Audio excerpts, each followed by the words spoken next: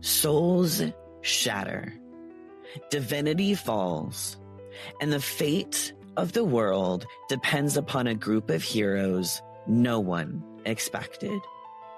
An orc, his people massacred, his destiny unveiled by his blood.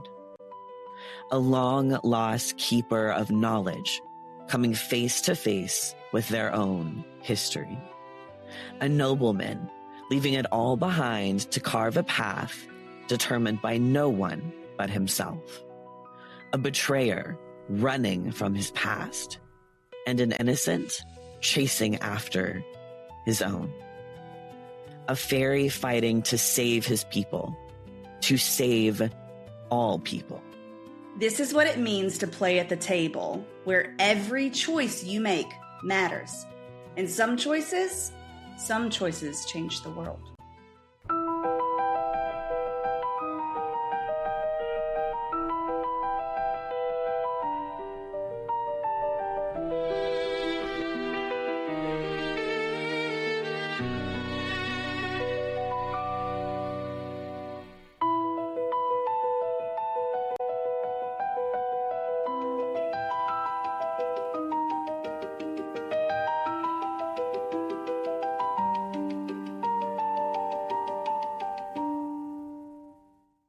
Welcome to Tabling the Narrative, a World Anvil sponsored podcast where stories aren't just, stories. We're your hosts. My name is Jen. And I'm Sage. And in this episode, we're breaking down the events in The Shattered God, including cast interviews and favorite moments in preparation for our upcoming series, Oathfire. Let's dive straight into the archive for an essential Shattered God overview that'll get you caught up.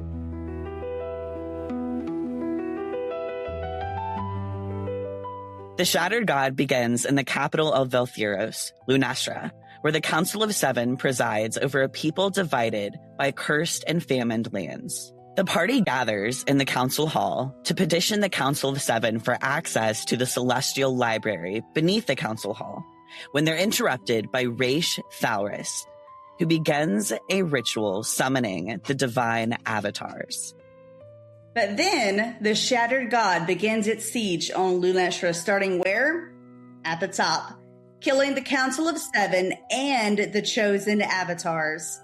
This interrupts Raish's ritual, and in his final act, a radiant light goes into each one of the party members, marking them with unknown divinity.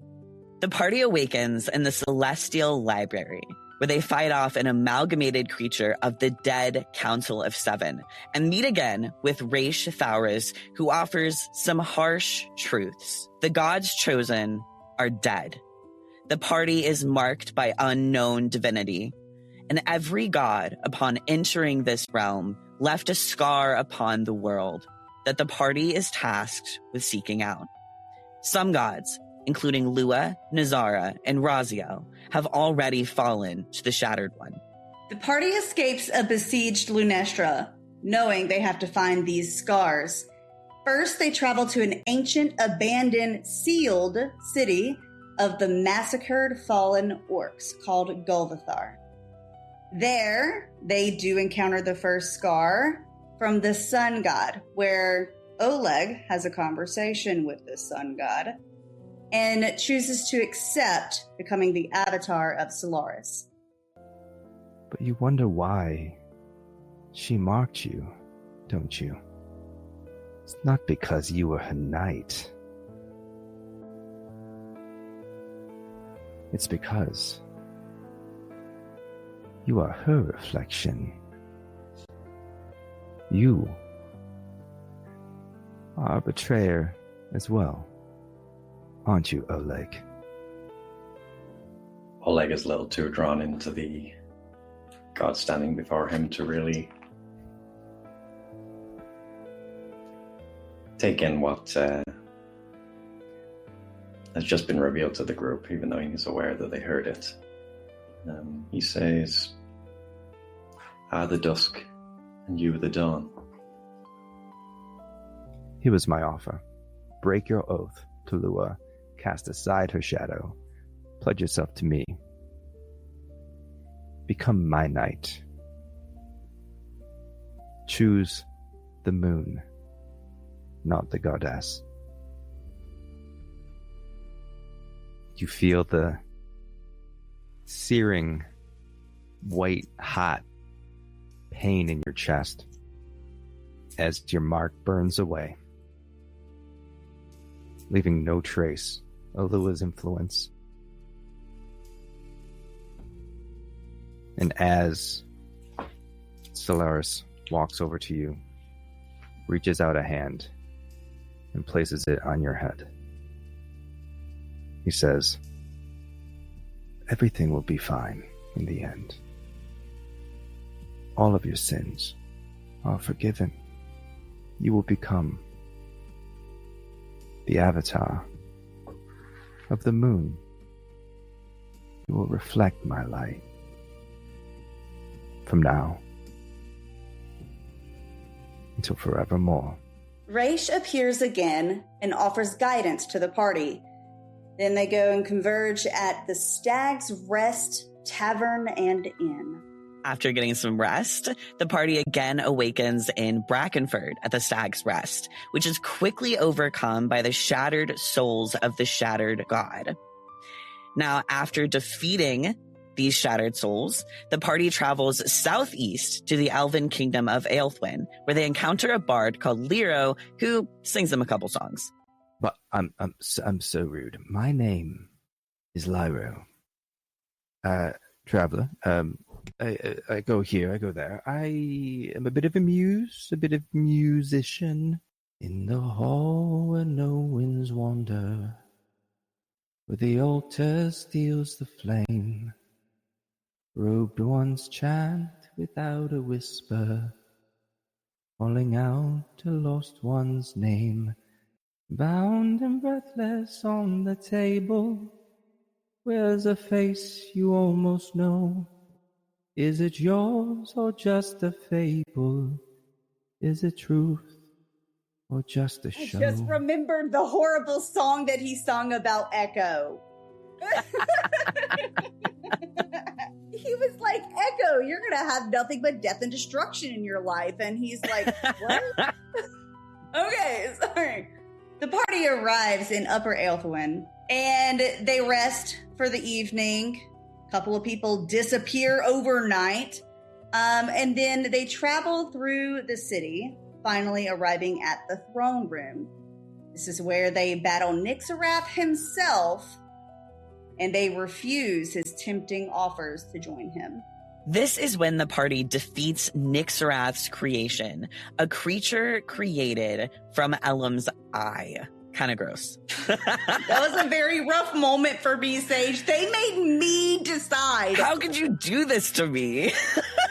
So at this point, Oleg rejoins the party with news the shattered that we were seeing and killing all along were actually souls that were stolen in order to fuel the shattered god's power.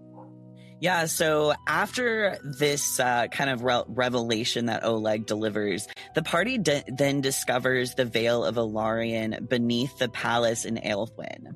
This is where Echo encounters Trill, one of his lost companions, in a sort of statuesque, shattered-ish form. Now, in trying to reawaken Trill, Echo is actually transported to the Veil of Stillness, where Nazara, the goddess of death, presides. Now, this is when Echo actually becomes the avatar of grace. And we're going to show you a little clip into what exactly that looks like. We all give ourselves to friends and people we meet a little bit at a time. Guess it's okay to give someone a little bit more, right? Well said, little one. Echo smiles. And in that sweet smile of the fairy, she reaches a hand down and touches your chest. And very carefully pulls a bit of light from you. closes her eyes and whispers something to it. Then blows it out across the water. And she says, "Go forth, Echo Light Sprout. For the next time I see you, I will be greeting my avatar of grace." So like Jen mentioned earlier, we had a few party members disappear. This includes Elend, who vanished into a grove within the Vale of Alarion and met again with Raish Thalris, who offers Elend a choice between truth and secrets.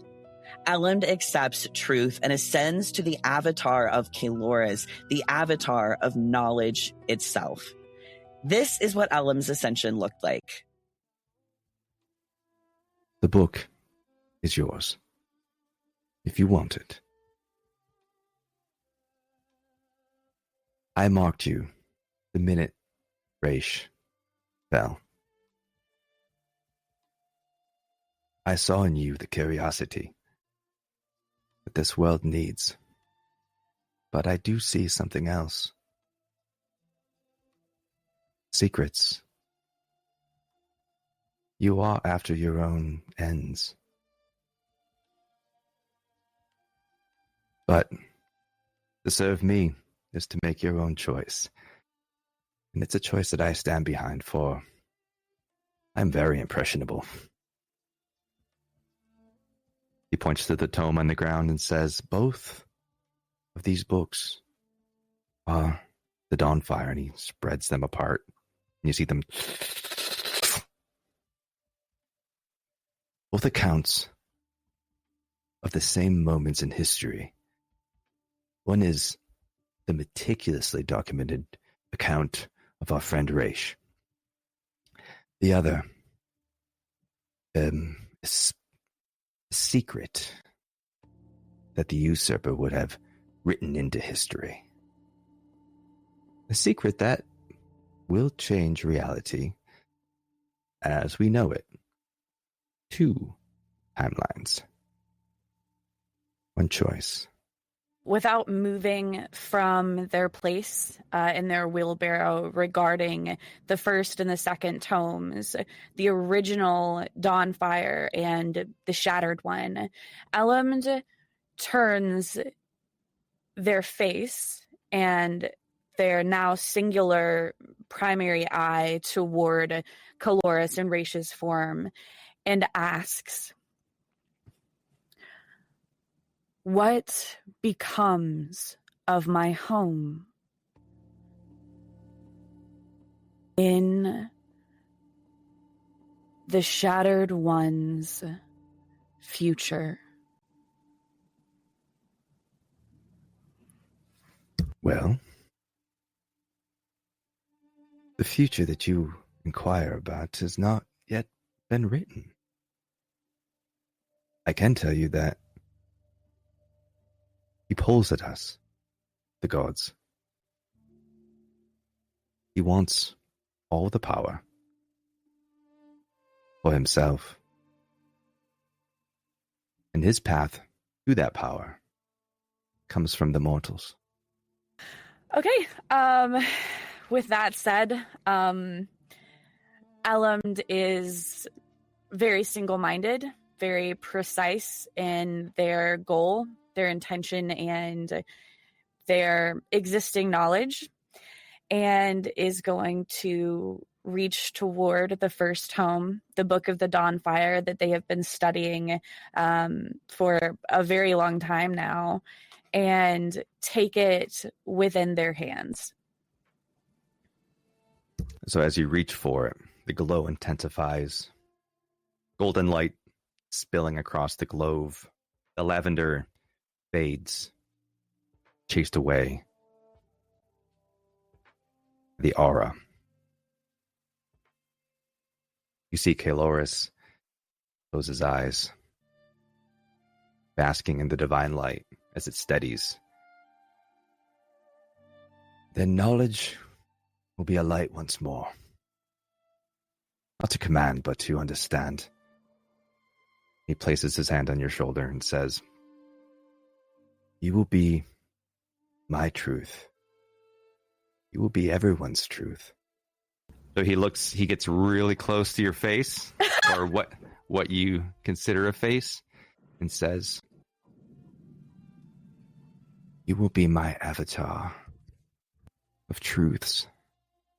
All right, so that was a lot of background. Jen, let me take a breath real quick. Oh, for sure. That was definitely a lot of information. Every time that we break down a story like this, I always wonder how people keep track of worlds at this scale. Especially when you've got timelines and characters and locations and all of it just evolving at the same time. Yeah, I know what you mean. I actually think this is a great time to mention that this episode is sponsored by World Anvil. So if you're wondering what's World Anvil, worldanvil.com is basically a full toolkit for world builders, writers, game masters, everything in between. It helps you to organize lore, build timelines, and turn your maps into interactive experiences. And also pretty much everything else you need to build a world that's all your own. Which, I mean, honestly, that would have helped me out so much whenever we were tracking everything in Aer'yndor for the Shattered God. Okay, it still would, to be fair. I mean, especially if we would have done it before this episode. But if you're looking at building your own world or even running your own campaign, you can use our code GHOSTLIGHT for 51% off any yearly membership. We have also got a link in the description for you. It's definitely worth checking out if you want to bring your world to life in a more structured way than we created this episode. And we're actually building out Oathfire's world, Aer'yndor, the same as the Shattered God, but different. But anyways, yeah, you'll be able to explore it yourself as we go through Oathfire. After that, the party ventures into Echo's home, the garden, where they find a trial being overseen by Soralia, the goddess of rain, in the stone circle. The elven people are being blamed for the corruption of the garden. However, the party helps the Queen of Elves explain that this is not true. Using Elam's visions, they prove that the Shattered God is responsible. Newly acquitted of their crimes, Soralia transports the elves to Golvathar. Meanwhile, the party decides to face Nixarath directly. Arriving in Throg's home Thrakel via portal, the party watches Nixarath, the god of broken crowns, defeat Dravos, the god of war. And as Dravos falls, so does his hammer. He challenges Throg to pick it up, and Throg accepts, becoming the avatar of justice. Here's a quick clip of what that looks like. But Nixarath, no longer the mortal that Dravos helped breathe into life, breathe into divinity, no longer bound by the laws of gods. He seems to roar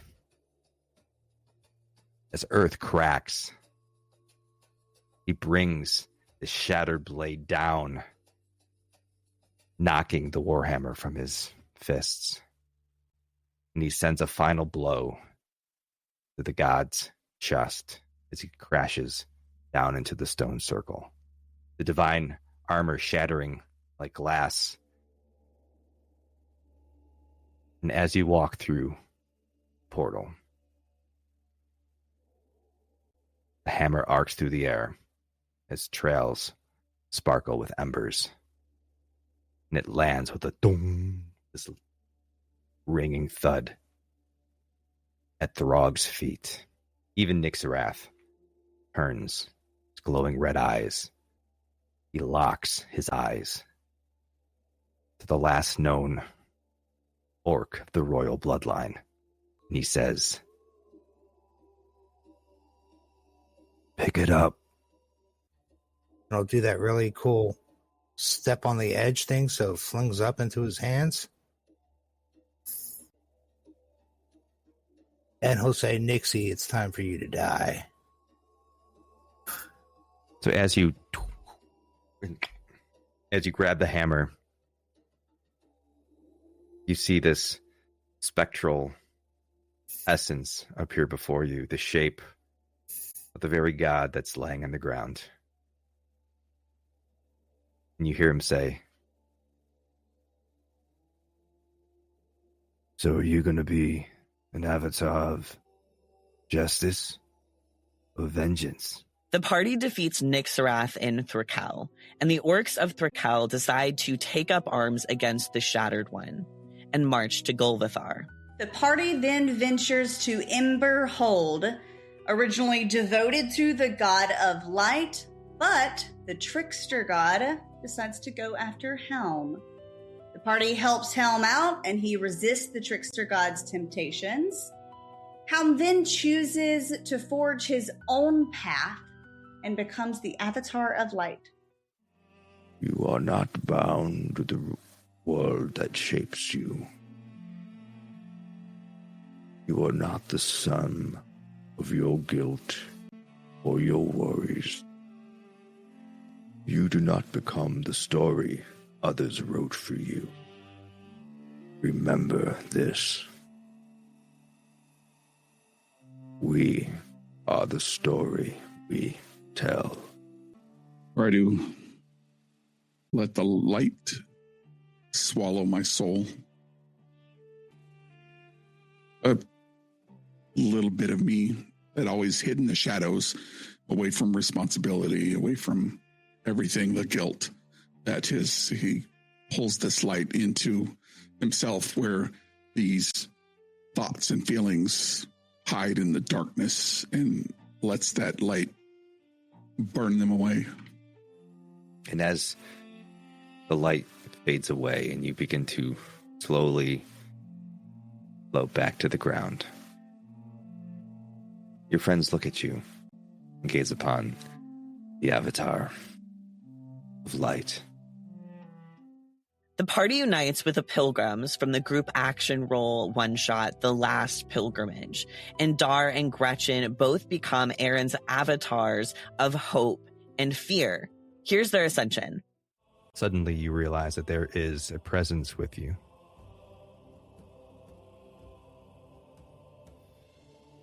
It takes a form that feels right to each of you, chosen not by them, but by you, an echo of faith, memory, of longing. As a halfling, not any specific one that I've ever met, just a halfling. A man. Even though he's standing there with us, I can't see him clearly. So it could be anything. But in Gretchen's mind, it's a man. Fear is misunderstood. It's not weakness. Fear teaches us what we love, sharpens our courage. Without it, bravery is meaningless. And hope. Hope is what allows us to choose tomorrow, even when today is broken. You have been on this path, seeking the aid of the divine, seeking help from my children. And you are no longer seekers. You are no longer mortals. As the gods, we are forbidden to interfere in the mortal plane. Bravos knew better than anyone else. He was led by centuries of guilt. I need you to be my hands on this plane, my right and my left. Will you be my avatars of hope and fear? Yeah, I guess. Then yes. During their ascension, they learn from Aaron himself about why he's been absent. He's apparently been guarding the Vault of the First Flesh, called Naruthir. This is where his earliest creations, his earliest mistakes, still try to escape. Using Elim's portal, the united party travels to the Watchspire, where they are preceded by the armies of Golvathar, the Concord of Veiled Suns, the Phalanx of Corvallis, the blood-bound clans of Thrakel, the Wardens of Aelthwyn, and the free tribes of the Wilds. Together, with their allies, they fight. The party then pushes through the veil to the Shattered Realm. Here, the final battle truly begins, ending in Dar's death, where he uses a blaze of glory to defeat the Shattered God. Coming up next, the avatars ascend to godhood and come face to face with the hardest decisions they'll make during the Shattered God. But before that, let's talk to the cast behind the characters in our next segment, Under the Table.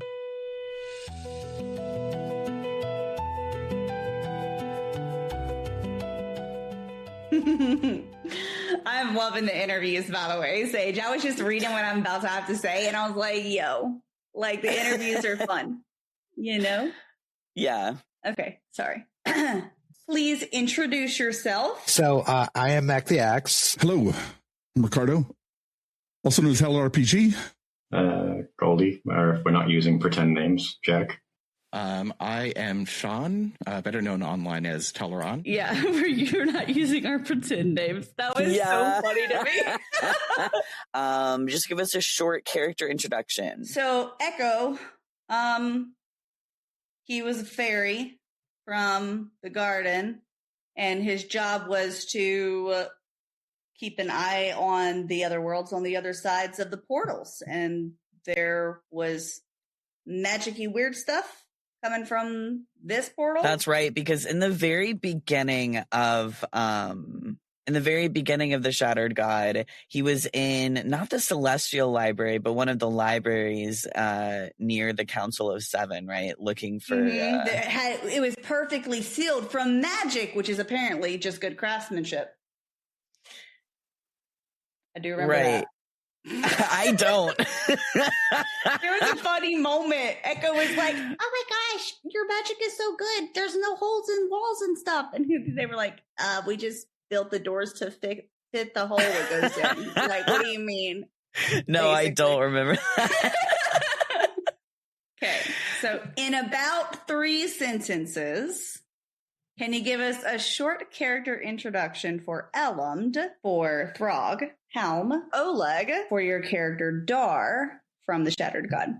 Just an introduction? Okay, Dar was a scarecrow with a minor enchantment made to protect a farm, and was brought to life during a storm, and went on a mission to either, one, get revenge for his friend who died in the storm, and to find a way to bring her back. Oleg, he was a winged seraph simia, so he was a flying monkey, and he was a holy warrior and a member of the Knights of Lua at the start of the Shattered God. Yeah, Helm was a adolescent, young Qatari noble, kind of. He was a rogue younger brother to a much more astute and studious older sister. Very mischievous, liked to run around at all hours of the nights, as young folks often like to do. Okay, so Throg was an orc. So he went to Lunestra. He was working. It was part of like an exchange program to promote peace, and he was the only orc working there. And then a bunch of shit happened. Met some cool people. They saved the world. He became a god. There you go. Filmed in the Shattered God, and they are a fungal type mushroom person that rolls around in a wheelbarrow collecting things in their little cart. Aer'yndor speaks extremely slowly because they are also extremely old, and I would say their most notable trait is their knowledge. So many knowledge rolls. Now that we know a little bit more about the cast and characters of the Shattered God, here are a few of our favorite moments throughout the series. Actually, my favorite moment for my character was when we were down in the Orc Kingdom stronghold, and Hal played the reverse Uno card and said, "No, your memories are wrong." That was your favorite moment? That was my favorite moment because I was really, it was just like he was going to kill Hal. And then Hal's just like, "Oh, nope, reverse Uno." Tom kind of leaned into, yeah, I'm smart. I went to school. At least that's what he told his folks. And so when we were going to Throg's homeland, and he's like, "Oh yeah, that was actually, this is what happened." And I used my power to make Throg think that because that's what Hal thought. And he's like, he's my friend. He's going to believe me, even if I make him believe me or not believe me. But that was probably the favorite part because it was not because Hal likes to be a jerk to his friends or people, but it was more on the lines of, yeah, that's what I think it might be, right? And he tried to convince himself to convince Throg. It's the mark of unveiled eyes. Spend 3 hope. Roll your duality dice to determine which feature is used. With fear, I look into the eyes of any mortal creature. It must mark distress as you alter a fundamental belief they hold true. And I think I'll be looking at Throg at this point. Mm-hmm. That is 50-50. fear. Ooh.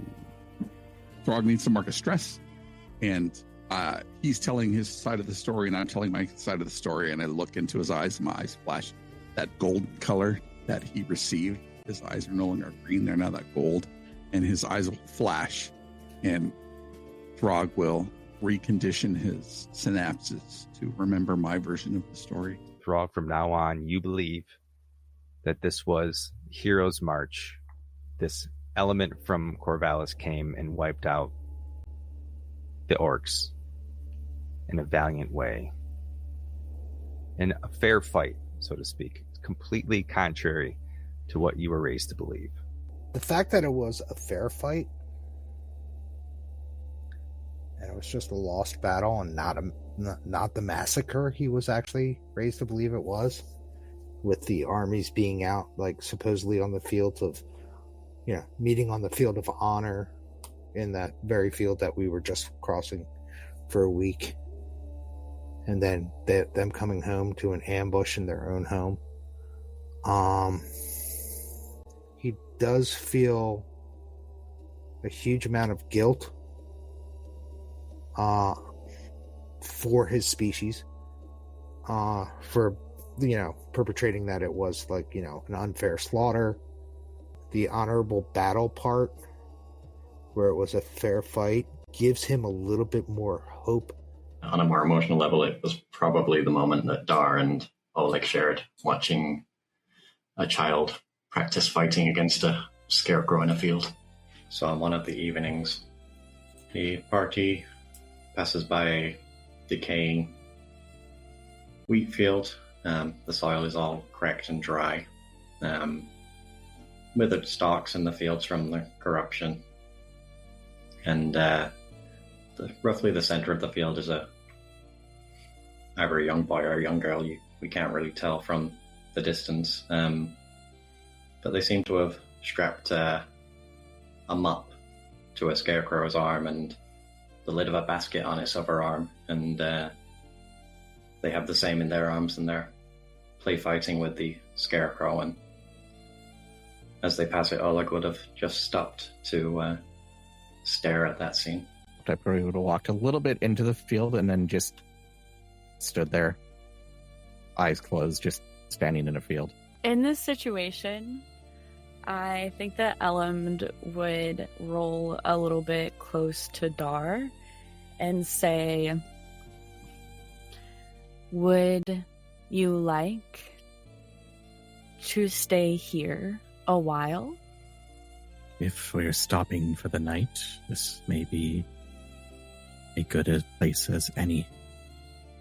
favorite moment would probably be when we found that the death tea, and there was kind of a talks about who would hold on to it, who would potentially use it, and Dar volunteered to take it because he didn't want anybody else to risk themselves. Something else you notice from your roll, the packet of tea that's in the cabinet, you referred to in the garden as death tea. If you were to drink it, you instantly would kill your target when you critically succeed on an attack.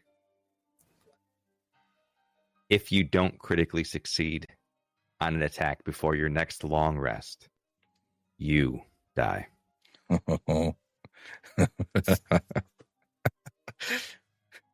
This is very dangerous. As Echo, kind of explains what they are, Aer'yndor looks directly at Echo and stares very hard and says, "You should not have that." Dar will walk up and put his hand out.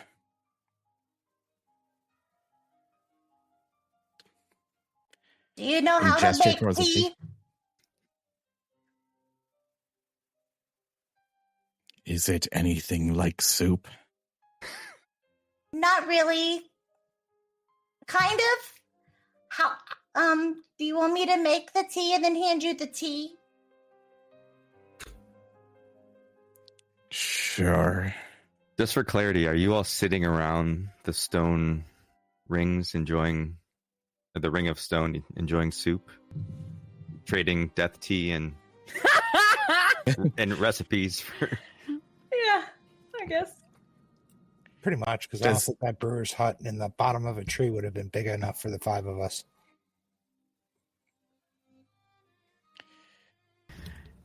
Is there like a... I'm so sorry. No, go ahead, please. Is there something to make the tea and something to put the tea in? There is nearby water that you came from, and there are plenty of cauldrons and vials and bowls. There might be bowls in that cabinet, we don't know. Around that you could make the tea and bottle it. Cool. I think I'm just going to explain to Dar how to make it and then hand him the tea leaves because it makes Echo uncomfortable. And Echo's going to say, as soon as he finishes explaining it to Dar and handing it to him, I still don't really think you should use it. I don't want anyone else to take it. So I'm not going to lie. It was in the episode where Soralia and the gods were accusing the elves at the stone circle in the garden of causing the corruption that was kind of seeping into and corrupting the garden and some of the other nature and neighboring realms. And in this scene, Aer'yndor uses an ability, not an ability, but Aer'yndor uses an experience along with an ability to create this vision of just extending this almost illusory vision into everyone who was present, showing them these little snapshots of what they and the party had experienced, the truths and the knowledge that they have, and extending that into everybody who was present. And using this one, I cannot remember the card, but I used an ability to change a final roll into a critical success. And that is how we ended up convincing them not to just, completely decimate the elves. So anyway... Let me ask it this way. If I had rolled a critical success, would we have succeeded in our attempt to persuade them? Okay, in that case, I'm going to rewrite fate. This is an ability from a Divine Mark card. This is called the Oracle Ascendant, which is because I am the avatar of Calaris. I can spend 5 hope to change the outcome of any creature's roll to an outcome of my desire. And I am going to change my roll to a critical success. Aer'yndor is going to expand their memory museum to include everyone present at the trial in the stone circle.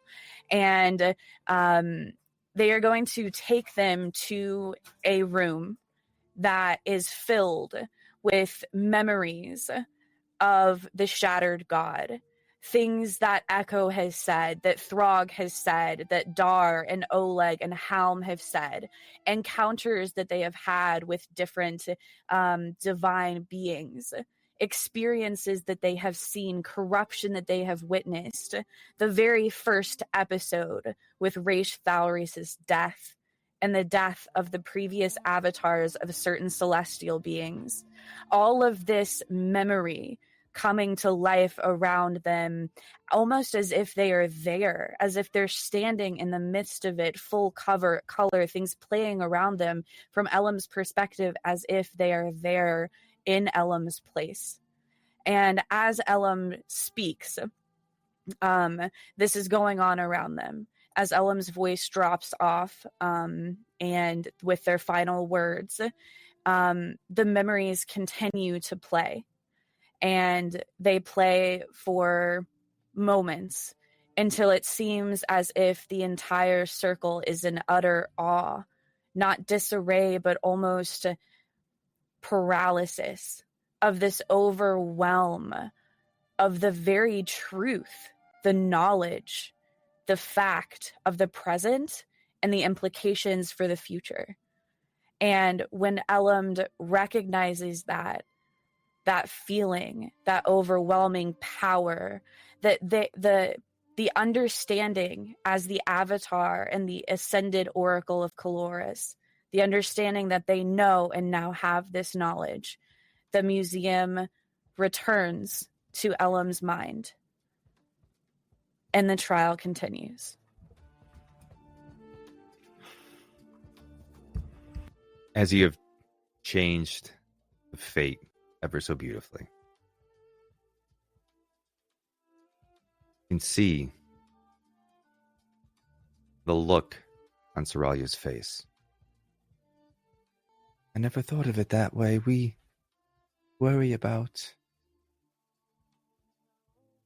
life. The mortals, they have life. And if we fall, they fall. And if they fall, we are soon to follow. I think that my favorite moment for him, it's probably going to be different than what other people would think it would be, is whenever he first started feeling souls pass through the veil, like through him, and he could feel it. So, yeah, that was my favorite moment. It's weird that the favorite moment is something like, oh, he started experiencing awful things, like really bad, just feeling people die, like. Echo, give me an instinct roll for sense. That is not very high. 13 with fear. You feel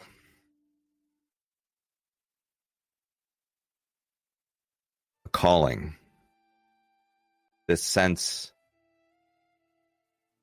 like there's something that you're supposed to do that you're not doing.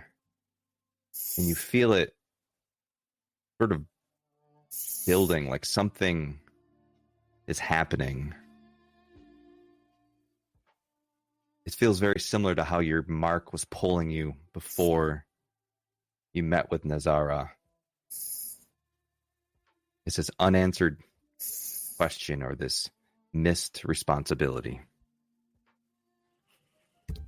Echo, you once again feel that calling, pulling you. This sense that you've forgotten something important. An agent of the shattered god, Nixarath, attacks your home as we speak. Knowledge of your royal blood is now his. And with this knowledge, he attempts his revenge on the orcs of your home. Before Throg responds real quick, since Echo just realized the pull to that other realm, and Elland is talking about how all the orcs are being attacked, and Echo's goddess is the goddess of death, of mercy in death. Yeah. I think Echo is gonna kind of go a little like blank face a little bit, and just try to feel the pulls and kind of focus on them and fully grasp and understand what he's going to be feeling for the rest of his life, however long that is. This is really unsettling, the feeling of... I'm going to have to get used to that. What are you feeling? I can feel souls passing through. What kind of souls?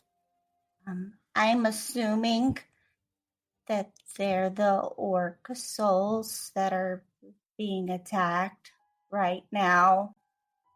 Then we need to go. And Throg, while we're talking about thousands of elves that were at this encampment, you know that there are far fewer orcs, especially within your nomadic settlement, but generally in existence on Beldren and living in Veltheros. Before we head off, we're going to look under the other side of the table to ask a few crucial questions to our GM, Ghost, the mastermind behind the Shattered God. Please introduce yourself and let us know where we can find you. Well, certainly. So my name is Peter, but people call me Ghost because I am the creator behind the channel Ghostlight, hence the name. I act as the game master for Group Action Roll, our flagship Daggerheart actual play series.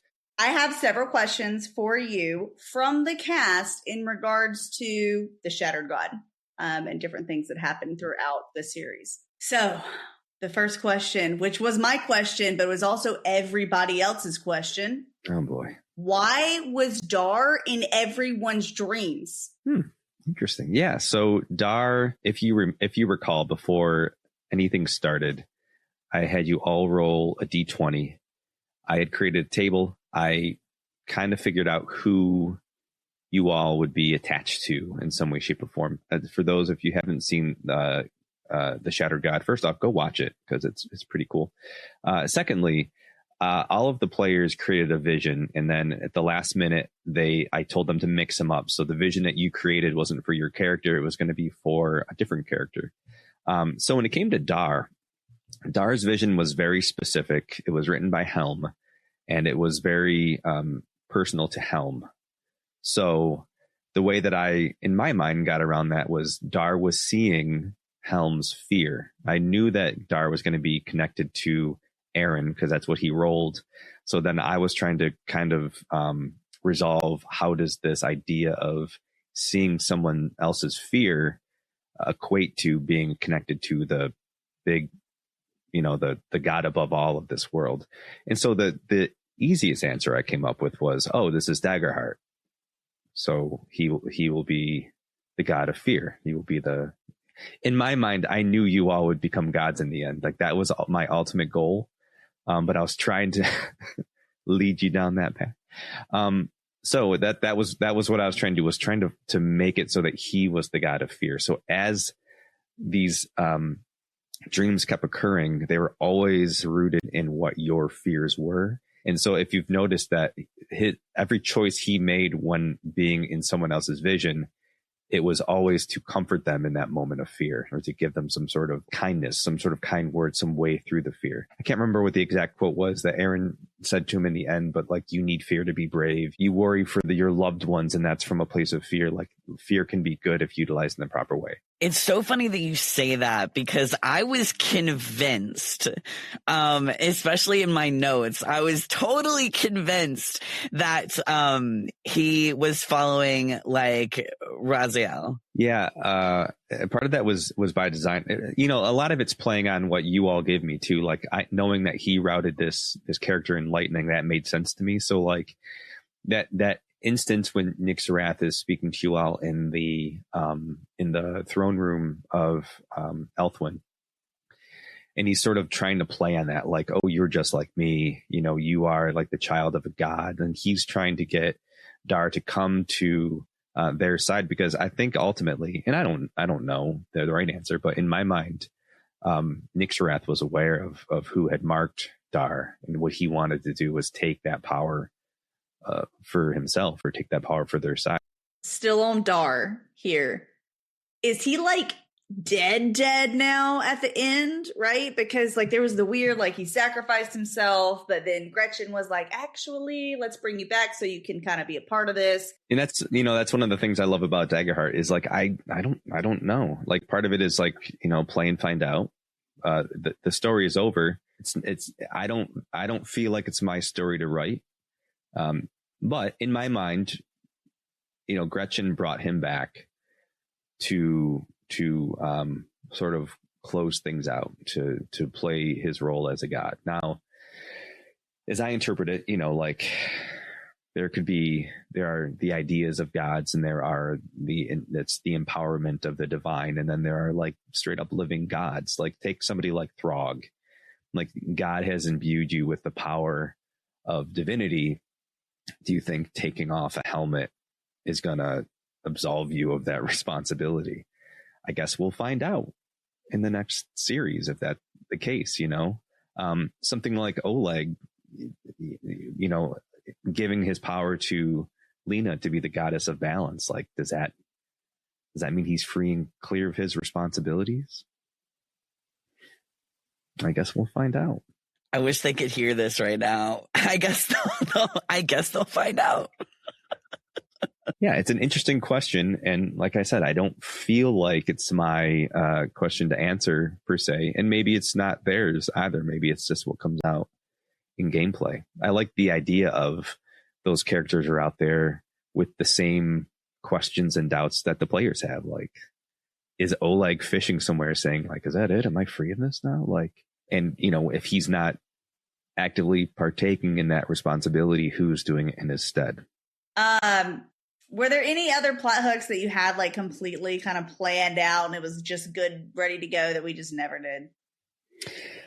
I wouldn't say completely planned out. There were like some contingencies that I didn't know if you would take, like coming out of Golvathar that first time. Like, I had spoken to Sage a bit about Elam's home world, Nuclea, right? Being deeper in the earth, and the origin of the orcs were that they came up from the earth, similarly from a similar location. So there is always the potential for you all to travel down there from Golvathar. Obviously, Carthala is another. There's quite a few places between where you were in Carthala that you could have hit. Oh, so yeah, going into Golvathar, there was I thought you might go to Brackenford before Golvathar to like stock up and all this other stuff, but you didn't. Ellen wanted to go, but nobody else wanted to go. Yes, I wanted to go as Ellen far wanted away. to go just to not go to the mountain.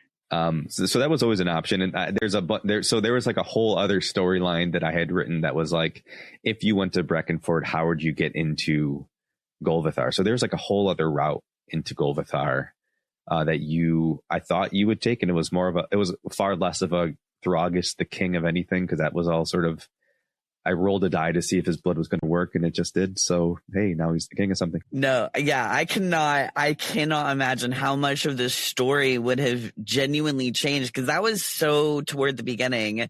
And then we have this sort of alliance going on with the orcs, and then we have the orcs and the elves. And then we have the whole marriage. That's a whole other story.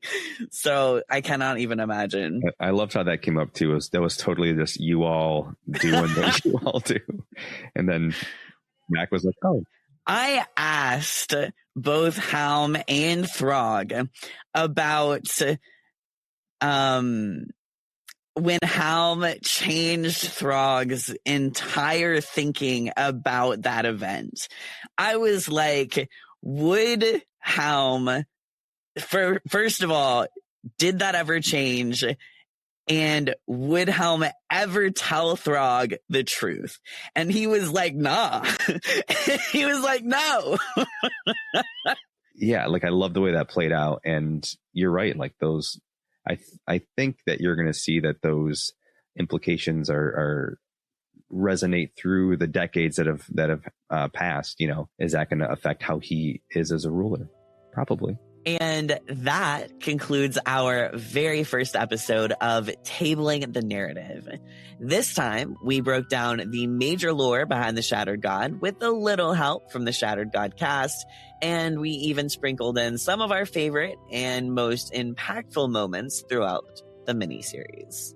Join us next time for a play-by-play of the most important decisions in the Shattered God, including how the cast played a part in that, and the conclusion of our overview with some crucial questions for our GM, Ghost. This has been Tabling the Narrative. Thank you for joining us, and we hope to see you next time. Bye! Bye!